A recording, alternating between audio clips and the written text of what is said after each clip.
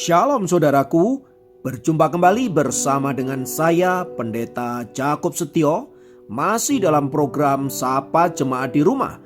Kali ini kita akan bersatu bersama-sama, mari kita berdoa. Bapa kami rindu, firman-Mu sungguh memberkati kami, dan biarlah melalui renungan firman itu, kami semakin dikuatkan, diteguhkan di dalam pengiringan kami akan Engkau. Kami siap diberkati, terpujilah nama-Mu kekal selama-lamanya. Dalam nama Yesus kami berdoa, haleluya, amin.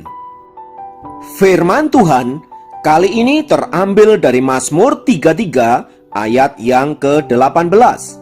Mazmur 33 ayat yang ke-18 berkata, "Sesungguhnya mata Tuhan tertuju kepada mereka yang takut akan Dia, kepada mereka yang berharap akan kasih setianya." Saudaraku, jika ditanyakan, ada nggak sih sebuah zaman di mana kita hidup dalam keadaan benar-benar enak, benar-benar nyaman, benar-benar makmur, damai dan sentosa? Jawabannya tentu tidak ada. Sebab dalam hidup ini tidak ada suatu masa atau suatu zaman yang benar-benar enak, yang benar-benar nyaman, damai sejahtera, atau benar-benar tidak enak, benar-benar dalam keadaan susah dan menderita. Semua zaman pasti ada masa-masa enak dan tidak enak.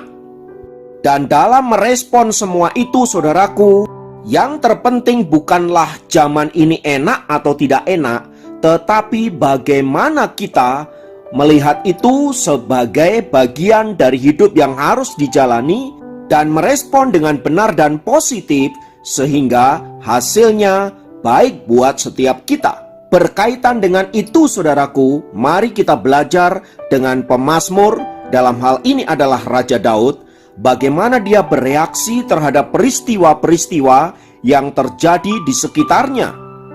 Mazmur 33 ini adalah mazmur yang lahir dari sebuah pengalaman Raja Daud, bagaimana ia merespon keadaan-keadaan yang tentu saja tidak semua menyenangkan, sebab ada begitu banyak orang yang menginginkan kematiannya, baik itu para musuhnya atau orang-orang terdekatnya, semisal mertuanya sendiri atau anaknya sendiri, Absalom.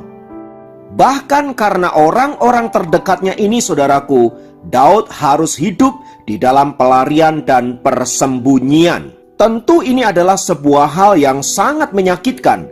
Terlebih yang melakukan semua itu adalah orang-orang terdekatnya. Dari pengalaman-pengalaman inilah, saudaraku, Raja Daud menyadari betul, sesuai yang ia catat di dalam ayat yang ke-16, di sana dikatakan, seorang raja tidak akan selamat oleh besarnya kekuasaan, seorang pahlawan tidak akan tertolong oleh besarnya kekuatan. Daud sadar betul, saudaraku, bahwa kekuasaannya, pasukannya yang banyak itu tidak akan pernah mampu menolong dia apabila Tuhan mengizinkan dia untuk mengalami masa-masa yang berat dalam hidupnya. Terlebih ketika dia harus menghadapi Absalom anaknya di dalam peperangan. Tidak ada kekuatan yang cukup besar untuk membelanya, tidak ada pasukan yang cukup hebat untuk menolongnya. Daud sadar itu, dan kekuatan satu-satunya adalah datang daripada Tuhan. Itulah di ayat 17 ia berkata, "Kuda adalah harapan sia-sia untuk mencapai kemenangan, yang sekalipun besar ketangkasannya tidak dapat memberi keluputan." Jadi bagi Daud, menyandarkan hidup kepada kekuatan-kekuatan yang demikian adalah sia-sia. Sebab pada saat kemalangan tiba, siapakah yang dapat menolong kita? Semua itu menjadi tidak berguna, saudaraku. Masa-masa penuh kekelaman, penderitaan, dan situasi yang sulit tiba-tiba saja nongol dalam kehidupan kita, tanpa kita prediksi, tanpa kita tahu sebab akibatnya. Semua ini menjelaskan betapa manusia itu tidak berdaya, betapa manusia itu lemah, betapa manusia itu tanpa Tuhan, dia bukanlah siapa-siapa. Oleh sebab itu, Daud lewat mazmurnya ini ingin mengungkapkan seberapa besar dan kekuatan seorang manusia, dia tetaplah lemah dan tidak berdaya. Itulah sebabnya kita memerlukan Tuhan. Itulah sebabnya kita membutuhkan pertolongan dan penyertaannya di dalam hidup kita. Terlebih di masa-masa seperti yang sekarang kita alami, saudaraku. Sakit penyakit terjadi di mana-mana. Krisis ekonomi melanda semua orang termasuk kita. Dan semua itu tidak dapat kita hindari dan tidak dapat kita tolak. Mau tidak mau harus kita hadapi. Jadi di zaman yang serba tidak enak ini, saudaraku, meskipun zaman ini atau abad ini disebut-sebut sebagai abad kemakmuran di seluruh dunia, abad yang paling maju, paling hebat, tetapi runtuh oleh karena virus COVID-19. Kita tidak lagi mengandalkan kekuatan kita sebagai manusia, kehebatan kita, dan apapun yang kita miliki, sebab semuanya itu bisa lenyap dalam sekejap. Mari izinkan Tuhan berkarya dalam hidup kita, justru di tengah-tengah situasi yang demikian. Dan biarlah di tengah situasi yang seperti ini, kita justru semakin menunjukkan kualitas iman kita, semakin menunjukkan ketergantungan kita kepada Bapa kita, dan membuka diri untuk kuasa dan karyanya dinyatakan di dalam seluruh kehidupan kita. Sebab firman-Nya tadi berkata, sesungguhnya mata Tuhan tertuju kepada mereka yang takut akan Dia, kepada mereka yang berharap akan kasih setia-Nya. Ayat ini ingin mengatakan di antara miliaran umat manusia yang mengalami masalah seperti yang kita alami saat ini, mata Tuhan sedang mencari kepada orang-orang yang sungguh bergantung kepadanya, yang sungguh percaya kepadanya, yang hatinya melekat kepada Dia. Dan saya percaya orang-orang seperti inilah yang akan diberikan kekuatan oleh Tuhan untuk menghadapi semua tantangan, untuk tetap survive, dan untuk tetap hidup di dalam on the track yang Tuhan telah tetapkan bagi setiap kita. Jadi poinnya bukan bagaimana masalah akan berlalu, tetapi bagaimana kita dimampukan untuk menghadapi masalah itu.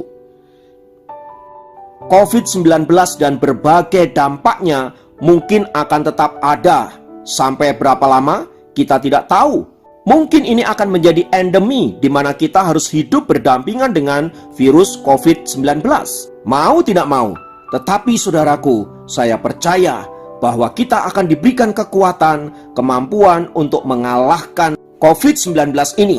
Dengan imun yang kuat serta pertahanan tubuh yang hebat, saya percaya kita semua akan terbebas dari sakit penyakit yang diakibatkan oleh virus ini. Karena itu, mari kita tetap semangat, mari kita tetap optimis, dan senantiasa berharap kepada Tuhan, berharap akan pertolongannya. Dan percayalah, kita akan menjadi pemenang-pemenang di dalam Tuhan kita, Yesus Kristus. Mari kita berdoa.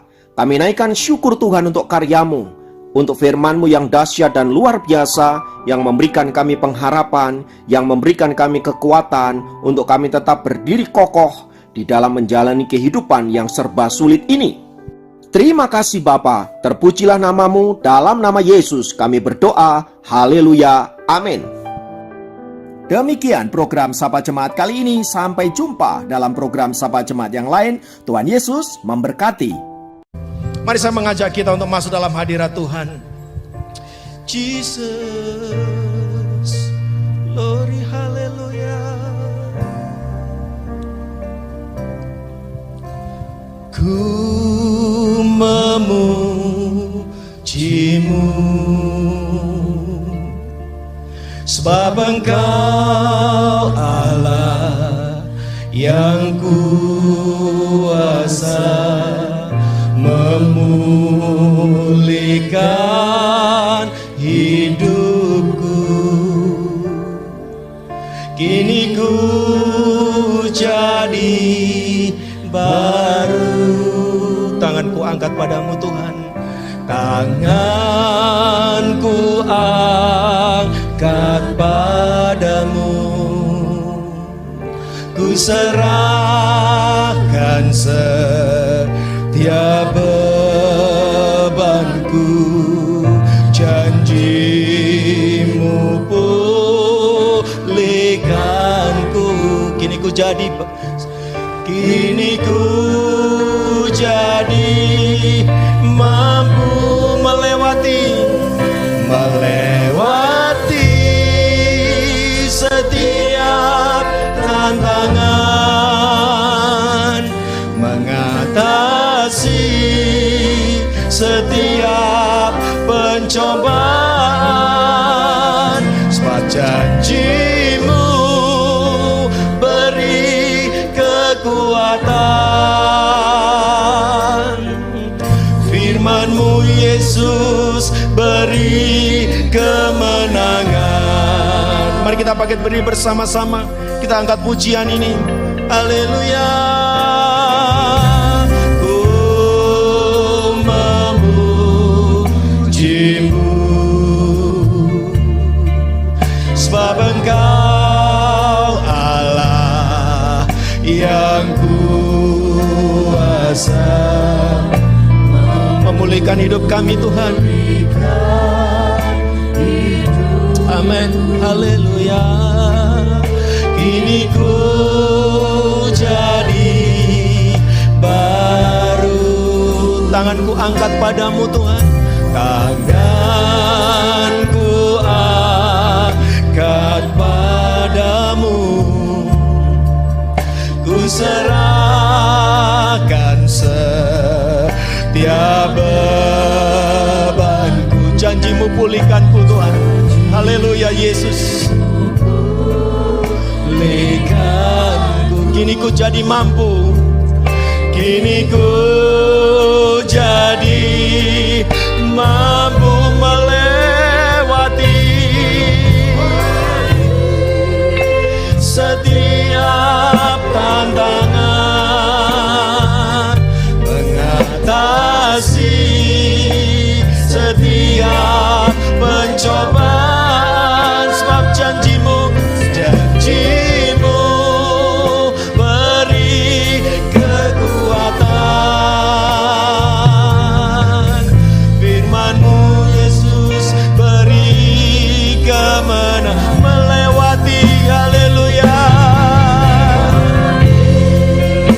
setiap tantangan, mengatasi. Amin. Bersama dengan Tuhan kami bisa mengatasi setiap tantangan, bahkan pencobaan-pencobaan kami lewati. Beri kekuatan, firman-Mu Yesus beri amin, haleluya, melewati, haleluya. Mari bawa setiap bebanmu di hadapan Tuhan. Haleluya. Sebab janji-Mu beri kekuatan, firman-Mu Yesus beri kemenangan. Firman-Mu Yesus beri kemenangan. Firman-Mu Yesus beri kemenangan.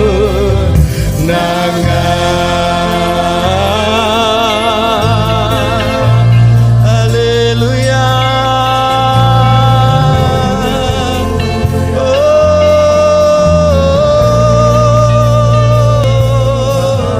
Haleluya. Mari bawa setiap bebanmu di hadapan Tuhan. Mari bawa setiap pergumulanmu di hadapan Tuhan. Dan biarlah Tuhan melawat engkau, memampukan engkau melewati setiap tantangan yang ada. Haleluya.